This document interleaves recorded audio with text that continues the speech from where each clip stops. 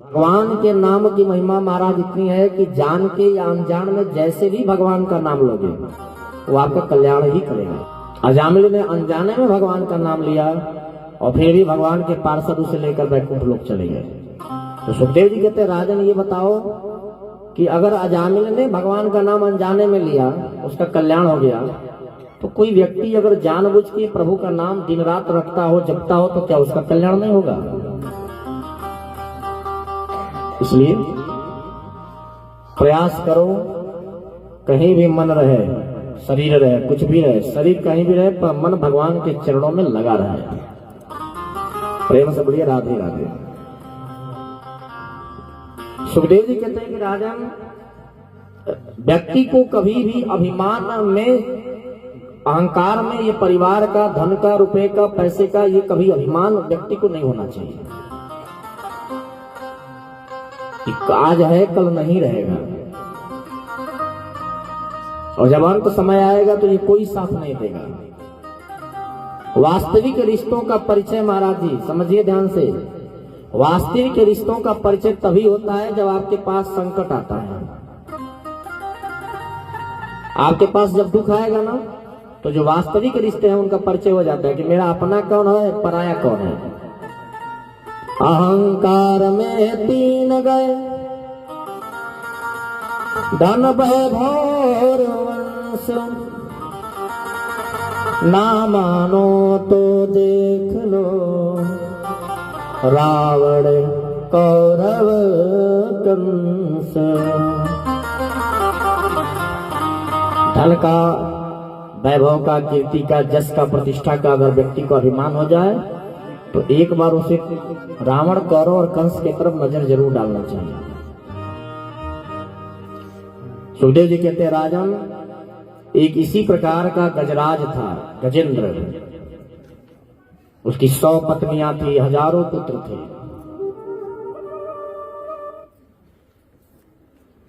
और महाराज जब वो चलता था 100 पत्नियों के साथ, हजारों पुत्रों के साथ, तो जितने जंगल में रहने वाले शेर भालू थे सब, अरे गजराज जी नमस्कार, अरे गजराज जी नमस्कार। जब शेर भालू सब आके प्रणाम करते थे तो हाथी जो था, गजराज जो था, वो महाराज अभिमान में आ जाता था। एक दिन क्या हुआ, अपने सभी बच्चे परिवार के साथ, पत्नियों के साथ सरोवर किनारे गया। सरोवर में प्रवेश किया, तालाब में प्रवेश किया और अपनी सूंड में जल भर भर के अपनी पत्नियों के ऊपर फेंक रहा है, उनके साथ क्रीड़ा कर रहा है, खेल रहा है। अचानक एक मगरमच्छ ने उस गजराज के पैर को पकड़ लिया। पहले तो लगा गजराज को कि कोई केकड़ा होगा, पकड़ा होगा, अभी समझेगा गजराज हूं, जान करके ही भाग जाएगा, छोड़ देगा। तो महाराज का एक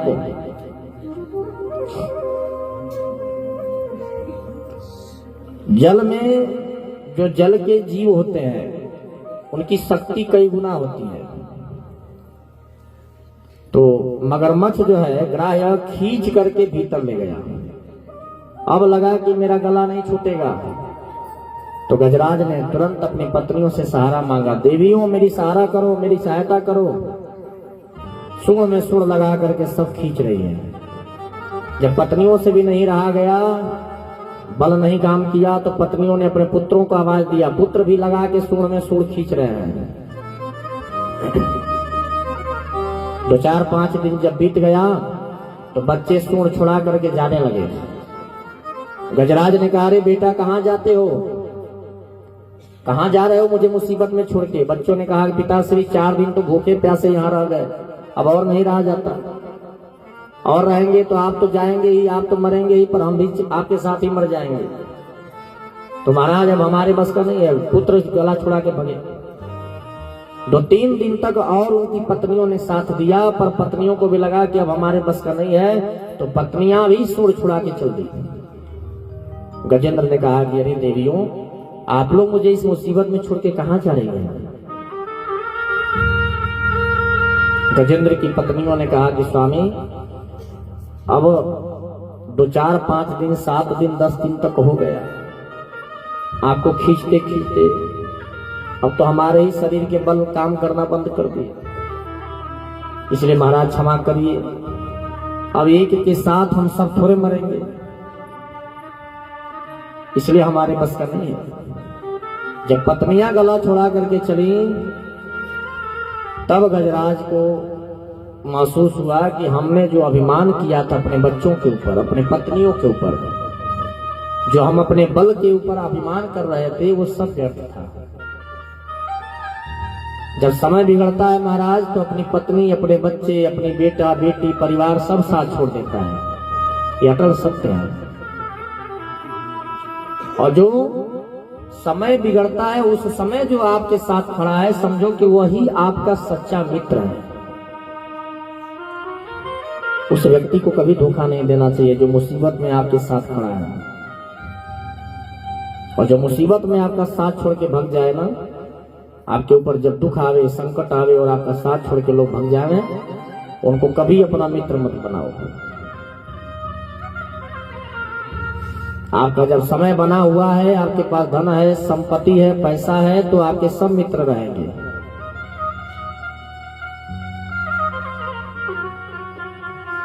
इस संसार में चाहे वो सन्यासी हो, चाहे वो संत हो, मुनि हो, महात्मा हो, ब्राह्मण हो, गुरु हो, परिवार हो, पत्नी हो, बालक हो, बच्चा हो, कोई भी हो, स्वार्थ लाग करहि सब प्रीति, बिना स्वार्थ का कोई किसी से प्रेम करने वाला नहीं है।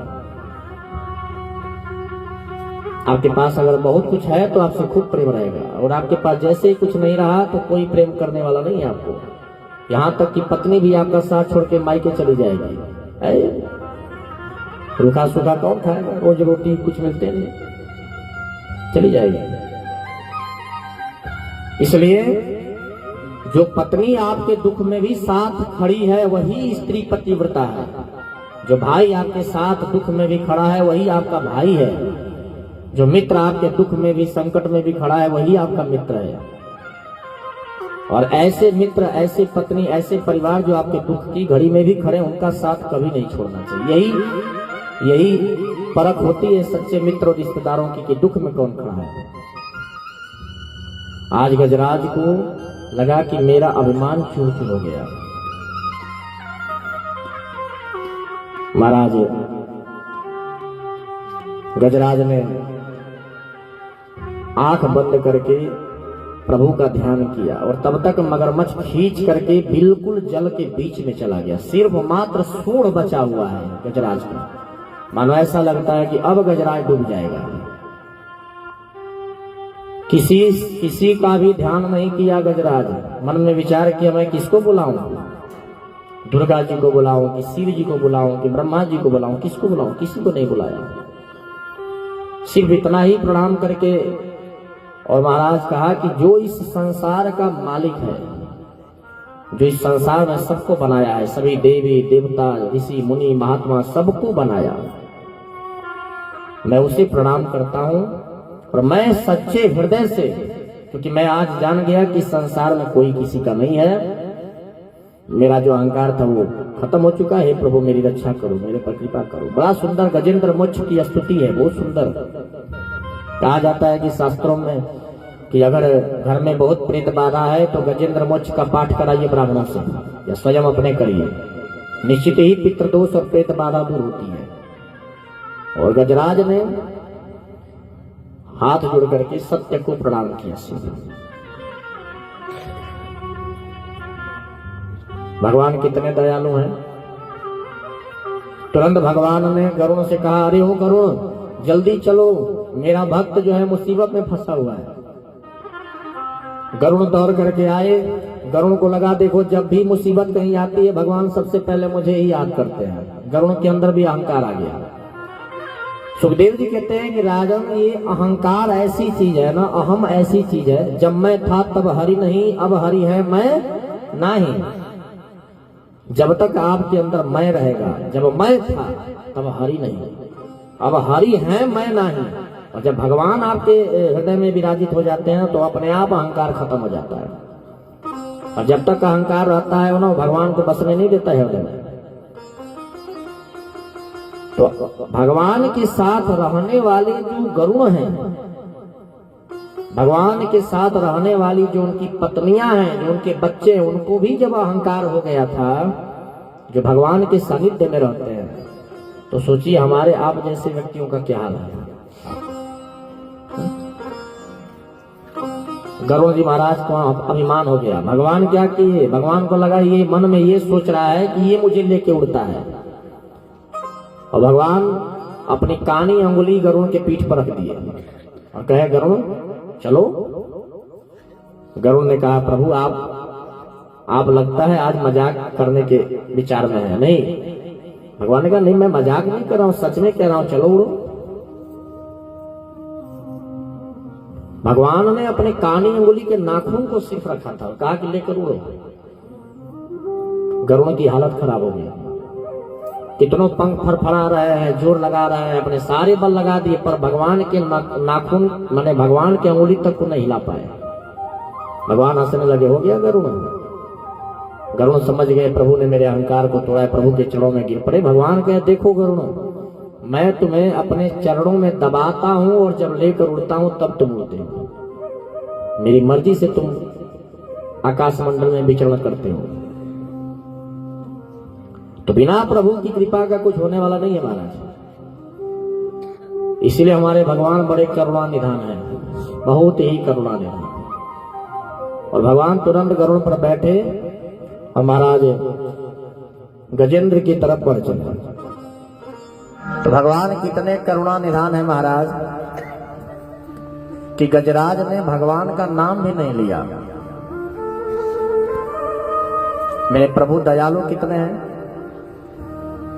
अच्छा, साथ जब गजराज सरोवर में डूब रहा है तो सारे देवता देवी भागकर ब्रह्मा जी के पास गए, महाराज उसे बचाओ, बेचारा अंतोगत्वा शरण में आ रहा है भगवान का, बचा लीजिए कोई भी जाके।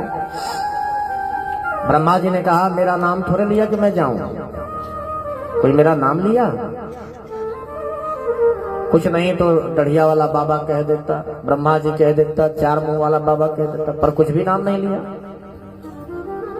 सब शिव जी के पास गए, बाबा भोले बाबा आप ही बचा लो। शिव जी ने कहा मेरा नाम थोड़े लिया, मैं काहे को जाऊं? पर धन्य है मेरे प्रभु दयालु। नारायण तुरंत गरुड़ जी को बोले गरुड़ जल्दी आओ, और भगवान गरुड़ पर आरूढ़ होकर के चले गजराज को बचा दे।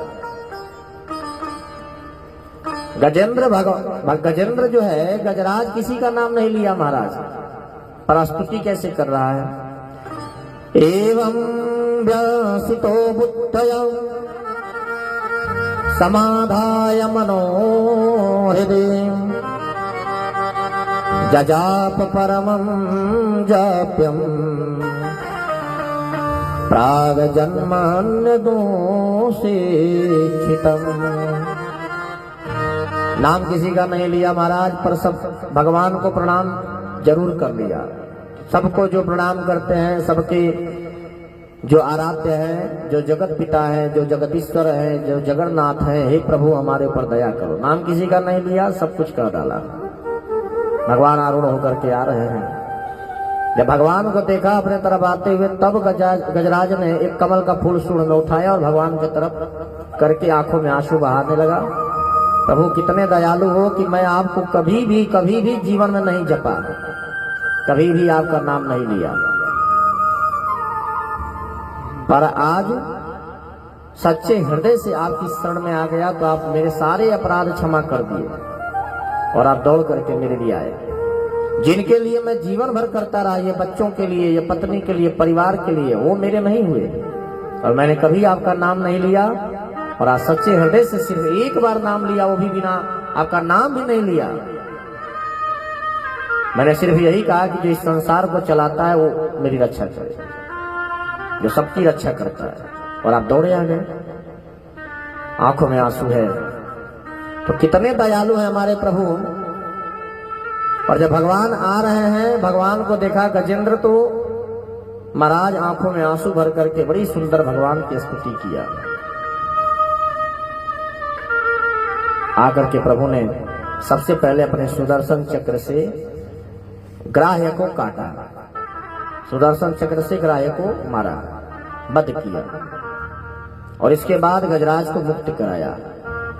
यानी प्रभु ने एक ही चक्र से दोनों का कल्याण किया, ग्राह्य को भी मार दिया और गजराज मुक्त भी हो गया। अब दोनों का ही प्रभु ने कल्याण कर दिया एक बार में ही। सुखदेव जी कहते राजन ध्यान से समझो बात को। ग्राह्य ने गजराज का पैर पकड़ लिया है, तो सबसे पहले भगवान ने ग्राह्य का वध किया, और भगवान के हाथों मरना भी कल्याण ही कर देता है। आज ग्राह्य जो है अगर गजराज का पैर नहीं पकड़ता तो प्रभु के हाथों कहां मरता है। तो भगवान तो ये कहते हैं भाई मेरे भक्त का भी तू पैर पकड़ ले। जो मेरा भक्त है, जो संत है, जो महात्मा है, जो मुझे दिन रात भजता है, उसका भी तू चरण पकड़ लेगा तो मैं तेरा कल्याण ही करूंगा।